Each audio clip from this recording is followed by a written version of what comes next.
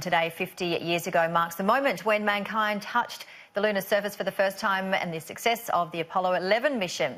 After decades of planning and preparation, at 12:56 p.m. Eastern, Neil Armstrong stepped down onto the moon and told the world of the achievement. It's one small step for man, one giant leap for mankind.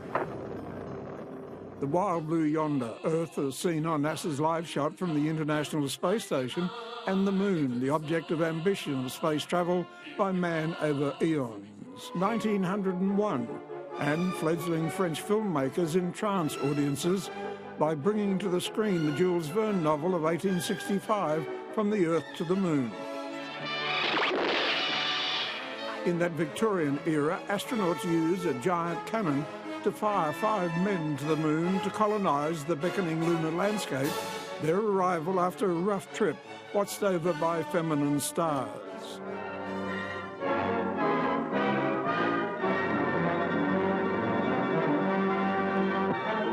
(1936) and Flash Gordon bursts onto the television and movie screens with double Olympic gold medal swimmer Buster Crabbe in the spaceman's role. It looks so desolate.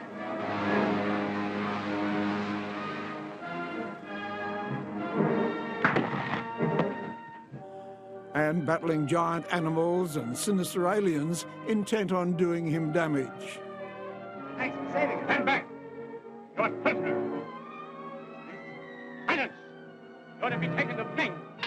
Meet the most beautiful creature of the future. 1968, the focus of celluloid space changes dramatically as Jane Fonda's Barbarella brings an exotic image of life in the rarefied atmosphere away from Earth, but still facing out-of-this-world trouble and strife. Good many dramatic situations begin with screaming. Late 1968, fiction meets fact, a crisis for NASA in the race into space. And the CIA has discovered that the Soviet Union has plans to send Soviet cosmonauts all the way out to the moon and back. And so they very quickly rushed the Apollo 8 mission. Christmas Eve, Frank Borman, William Anders and James Lovell become the first humans to orbit the moon and the first space travellers to witness an Earthrise. I can see Florida, Cuba, Central America. It makes you realize just what you have back there on Earth. The Earth from here is a grand oasis of the big vastness of space. And from the crew of Apollo 8, we close with good night, good luck, a Merry Christmas, and God bless all of you on the good Earth. March 3, 1969, NASA launches Apollo 9, the first complete spacecraft, command and service modules, and an overweight lunar lander that couldn't land but separated and redocked. May 18, 1969, Apollo 10 launches a full dress rehearsal for the ultimate goal of touching down on the moon's surface. Before Apollo 10 reaches lunar orbit, NASA rolls Apollo 11 onto Launch Pad 39, ready for the astronauts' giant leap into world history. Okay, all flight controllers, go for landing. Retro. Go. Righto. Go. Guidance. Go. Control. Go. Telcom. Go. GNC. Go. Ecom. Surgeon. Go. Capcom, we're go for landing. Eagle, Houston, you're go for landing, over. 1201. Roger, 1201 alarm. 1201 alarm. Same type, we're go, flight. Okay, we're go. Same type, we're go. 540 feet down at 30, and at 15. 3.5 down, 220 feet. 13 forward, 100 feet, 3.5 down, 9 forward, 4 forward, drift into the right a little. Contact light. Okay, engine stop. APA at a descent.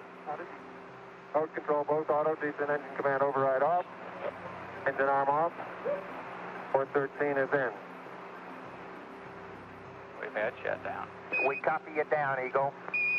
Okay, everybody, T1, stand by for T1.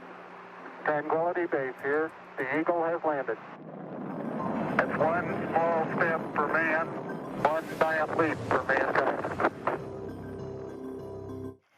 Thank you very much, Terry Galloway's doing some amazing work there. Now, the celebrations are continuing in parks, but they will be slightly more serious today with the who's who of astronomy in town. Yep, Charlotte Mortlock joins us now, our space correspondent from Parkes. How are you, Charlotte? The sun's up. I don't know if I'll be quite game enough to go to space hearing about a few of the stories over the past few days, but I am very happy here at the Dish in Parkes. As you guys say, today we'll take on a bit more of a serious feel. We'll have a ceremony here at 12:30, and that will be to celebrate the successful Apollo 11 mission and Australia's contribution to that. We will have Dr. Andrew Thomas here, the Australian-born NASA astronaut who's been to space 4 times. Obviously, he's game. We'll also have Dr. Sarah Pearce, who is one of the CSIRO Space Research Program heads, and we'll have Anthony Murfitt, who is the department head for the Australian Space Agency. So really the who's who of astronomy will be here in the Central West today. We'll also have some local politicians and US Ambassador Culverhouse. Yesterday, it was a little bit more lighthearted. We had a lot of kids out here dressed as astronauts, some space talks and science activities, and a whole lot of telescope tours as well. The main focus was on remembering, for those that were older enough to remember the moon landing. We'll also see a lot of the young kids who are very passionate now about space. Well, I just learned about how, the satellite works in the dish and where, the rays go. Because you're going up in the dish. I'm dressed as an astronaut. And why are you guys dressed as astronauts? Because of the 50th anniversary of the Apollo 11 moon landing. Some very cute astronauts there, Charlotte. Now, the movie The Dish was shown there last night. It's such an iconic Australian film, but there were a few fibs told, I believe. Yeah, that's right, JD. Time for some fact or fiction here. In fact, in the movie, you might remember there was a massive power outage. That didn't actually happen. They also never lost the spacecraft during the Apollo 11 mission. There was also about 12 people working at the telescope here, not just 4.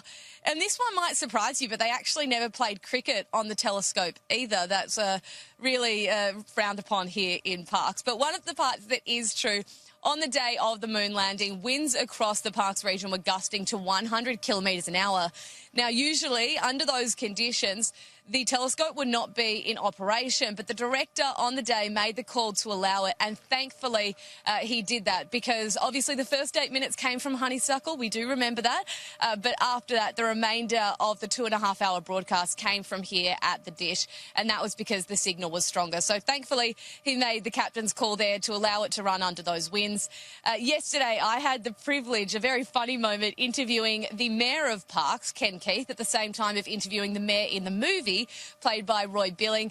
They really expressed how much an impact that movie made in 2000 had had on the Parkes region. They think that tourism across here increased by 3-fold after the film.